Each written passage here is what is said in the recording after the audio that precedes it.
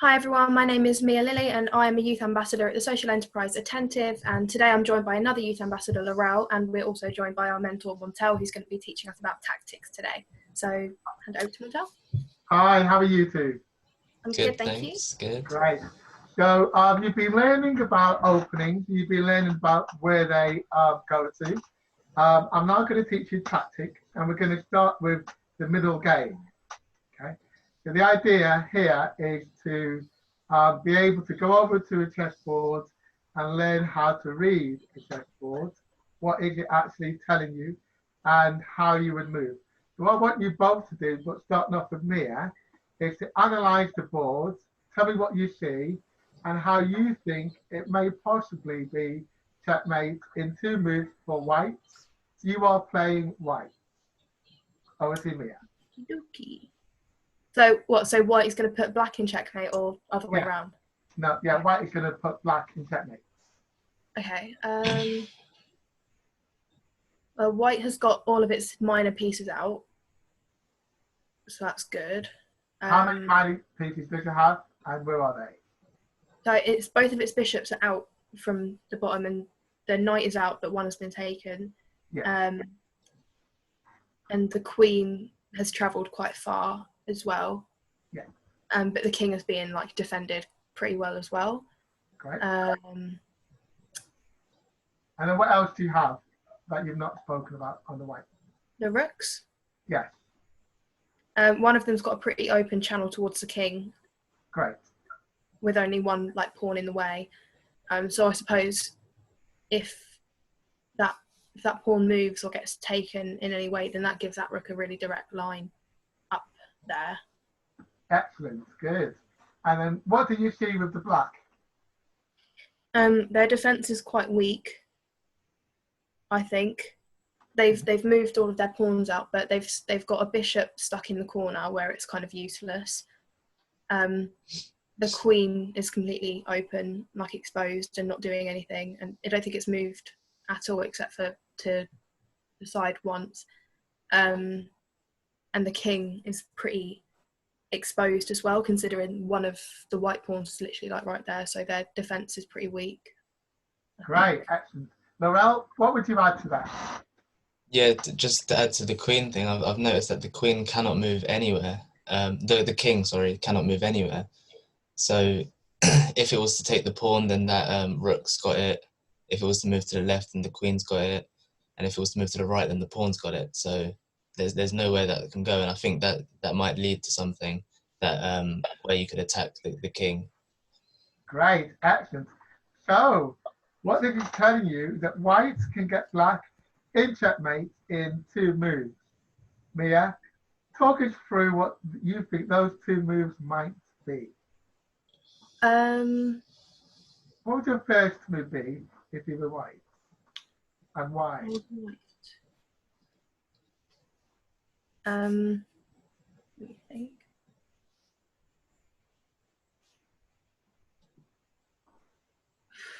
Oh, I'm not sure because, like I say, that rook at the bottom would be kind of best to go with, but I'm not sure how I'd go about getting the white pawn out of the way or how I'd use anything else. I'm not too sure.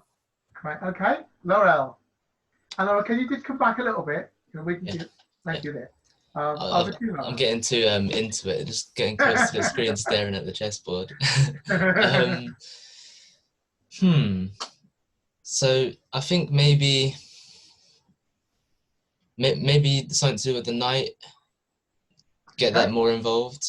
I'm not entirely sure myself. Maybe bring the bishop forwards as well. Okay, which bishop, the white or the black bishop? The white one. Okay, so the white bishop to the H square, do you think? Yeah. If you go to the H square, you get taken by the queen. But then that moves the queen away from that back thing, because now there's 2 things there. You've got the rook and the queen, but if you move that away, then only the rook's there defending the king. So you can do perhaps a sacrifice by moving out your bishop. Potentially, but then I'm not sure, because then that's opening up our king as well. So while we're Yeah. doing that, they could attack and get there quicker. Absolutely, they could do, couldn't they? Because what they could do is, if the queen is down there and you don't get your checkmating to move, the queen with their knights could be quite dangerous position, couldn't they? Yeah. Mia, what happens when the pawn gets to the other far side of the board? You've got pawn promotion, haven't you? So you can like change it to another piece. Right. Excellent. So that's going to be a clue Ooh. how to get checkmate. And I'll give you another clue. Sacrifice. Sometimes you have to sacrifice to win. So that's what I was thinking. I was thinking that pawn's kind of useless. So like if we can just get rid of it, then So the pawn is very important, not useless. So if you brought the queen up and then sacrificed queen for queen, and you could bring the pawn up, but then, oh yeah, but then the bishop wouldn't be able to. I see it now. Yeah. Okay, So, Laurel, what do you see? I see that if you was to take our queen up to f8, Can you move the queen just to show you Mia, move the white queen to here? Yeah. Yeah. Mia. Okay. So what happens then is the queen takes. Now the king can't take, can it? No, because take from here. Yeah. Okay. But then the rook take. Then what happens? It's like the queen goes here, right? Go here. Go to white queen. The black queen take. Then the rook take. Then what happens?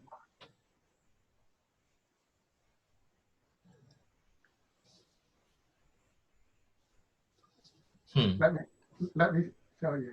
Okay, yeah. Can you see this board? Yeah. Yeah. Okay. So what happens is the queen goes there. Okay. White. Let me see if I've got another one there. Okay. So the queen goes, and let me just make sure I've got everything in line. Okay. Right. So if you look here, okay, this is. So guys, no, I can't hear you right now. Okay, you're back. So am I back? Right, Yeah. can you hear me? You cut out for a minute. I think it's just my internet connection. Oh, okay. Right. So the queen goes here and called check. Okay. But the check is, and then the pawn here takes the queen. The pawn has been promoted now. Yeah. See how the pawn is promoted. The rook can't take it because the king's in check. Yeah. You see what I mean, right? So the rook can't take. Mia, does that make sense to you? Yeah, like kind of no matter what happens at this point, like the king can't move anywhere that's going to protect it. Absolutely. Yeah. The rook can't do anything to like help. So. Yes, because the king has to move out of check. So it can't take it with the rook because it's in check from here. And it's in check from the queen. It's in check from both. Yeah. So it can't go anywhere, and that's why you call it checkmate. Does that make sense? Yeah. Good. Can you see this board in front of you? Yeah. Excellent. Okay, so can you please describe, Mia, what you can see on this board? Like you did in the last game, and you're white. Okay, so quite a few more pieces have been taken in this one. There's no knights left. They've both got one bishop each. I can't see any rooks either. So that's interesting. I think the white has a pretty strong defense around the king because it's like completely surrounded mostly. The black king isn't as bad, as good, but it's still got some sort of defense.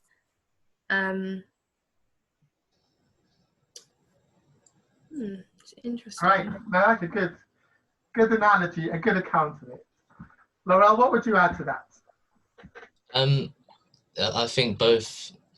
I think yeah, you're right. The white's defense a little better, but I think both are quite weak defenses. And they could both like put each other in bad situations quite quickly. So, checkmate in 2 moves. Mia, what would your next move be, do you think, if you're white? If I'm white, let me see. I don't know if I'd want to disrupt the defense that's going on around the king. Okay. So maybe I would try and bring my queen back into the mix a little bit because it's all the way up the top. Okay.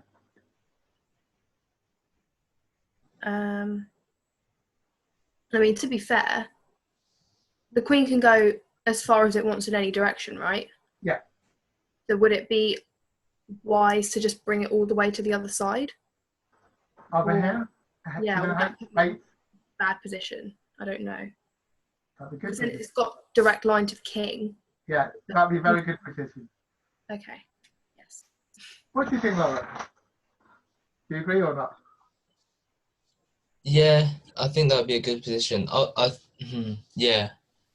I also thought maybe bring the H pawn forward one, The but then H1, yeah, one. I thought maybe that Stop just it from coming out. pardon. So to move the H4 forward to stop the king from coming Yeah, out. yeah. Okay.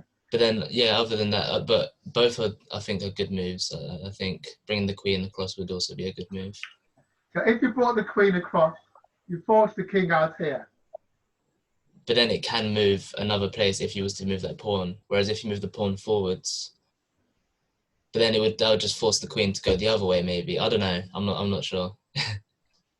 But actually, The king, sorry. both moves can work. Okay, yeah. If you've moved up the H pawn, you stop the king from coming out. Okay. Although the black can move up the G pawn up 1. Oh yeah. And then you can move your queen to the H8 square, which is the one that Mia was talking about. Now the king can then move to the G6 square, which is here, currently held by that pawn. Yeah. So you'd probably still win, but you wouldn't be checkmating 2 moves. Yeah. Okay. If you did let's do what Mia did, what she suggested first. You move over to here, Mhm. you call check. The king has got forced to move to here. Okay? To Yeah. G5. So from G5, okay, and your queen is here, where would your next move be for checkmate for the black? Mia, over to you. One move, king checkmate. So the king has moved again. Yeah, so the king moved to here, where this is. Uh,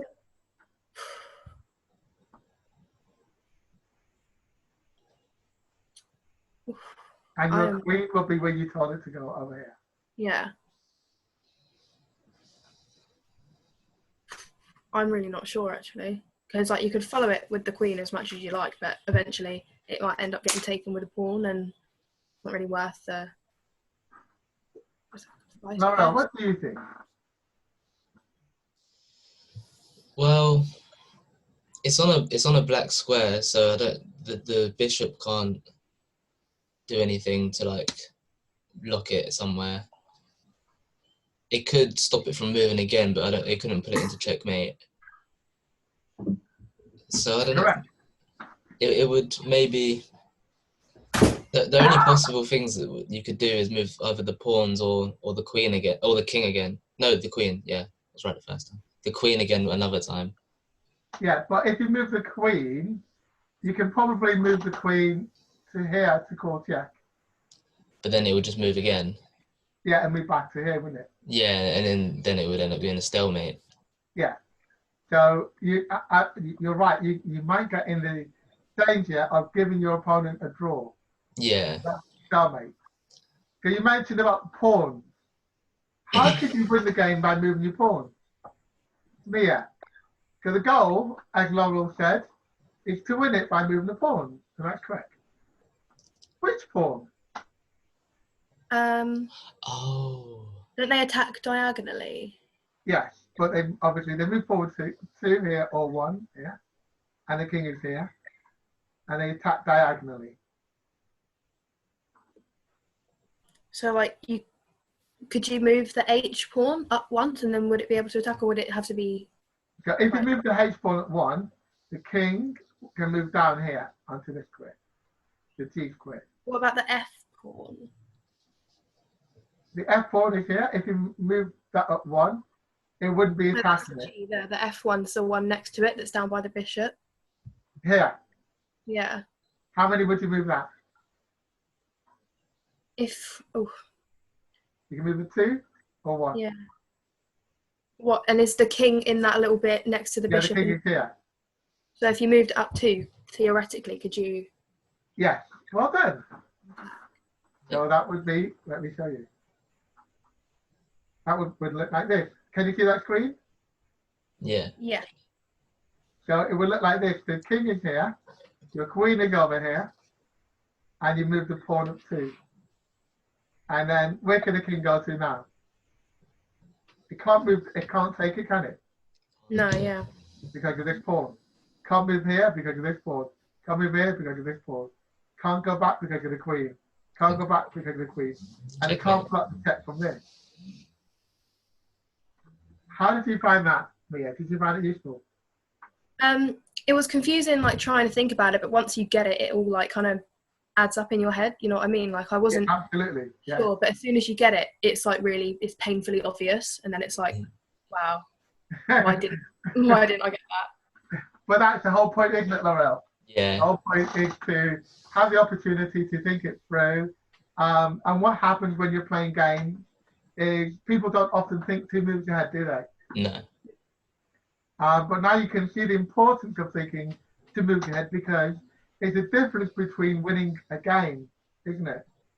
Definitely. Because quite often, as we just found out in this conversation, you could have moved anywhere. You got loads of different moves that you could have done, but the goal of the game is to win. Yeah. And what we did in this game is looked at, well, if we start off in a certain place, like let's go back to the first one over here, it does look quite complicated and confusing here, doesn't it? Yeah. But now when you look at it again, and you keep staring at it, and then you look at how each piece can actually move, they start off with doing what Mia did first of all. Say, okay, where's my king? Always look for your king first of all, then look for your opponent's king. Then look for your next capital piece, which is your queen, and then your rook. And then your opponent's queen, and then the rook. And then the minor pieces, and then the pawn position. Then look for possible checkmates that you can get your opponent in, or they can get you in. Okay, because sometimes, which I'm going to show you shortly, if you don't get checkmate in 2 moves or 3 moves or 4 moves, your opponent will get checkmate with you in 1, 2, or 3 moves, or 1 move less than you. Yeah. And then they've won. Okay, that's the beauty about being able to look at a board like that and saying, well, actually, we need to think ahead, because if we do a wrong move or a bad move, it costs us the game. Mm. Yeah? Excellent. Thank you. So we'll finish recording here, and then we'll do another one.